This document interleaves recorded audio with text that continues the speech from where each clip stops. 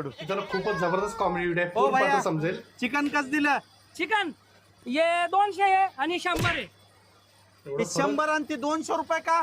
अरे कसं आहे माहिती का, ही जी कोंबडी ना ही खानदानी आहे हा हा. आणि ही चीनाली. फरक- अरे बापरे हे छिनाल काय? कोंबडी आहे. हा कोणता देऊ?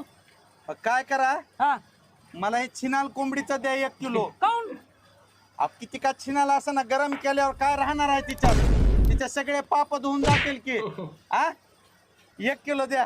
असं बी मला लोक म्हणतात तू बी लय कडू छिनाल आहे, त्याच्यामुळं तीच खातो मी.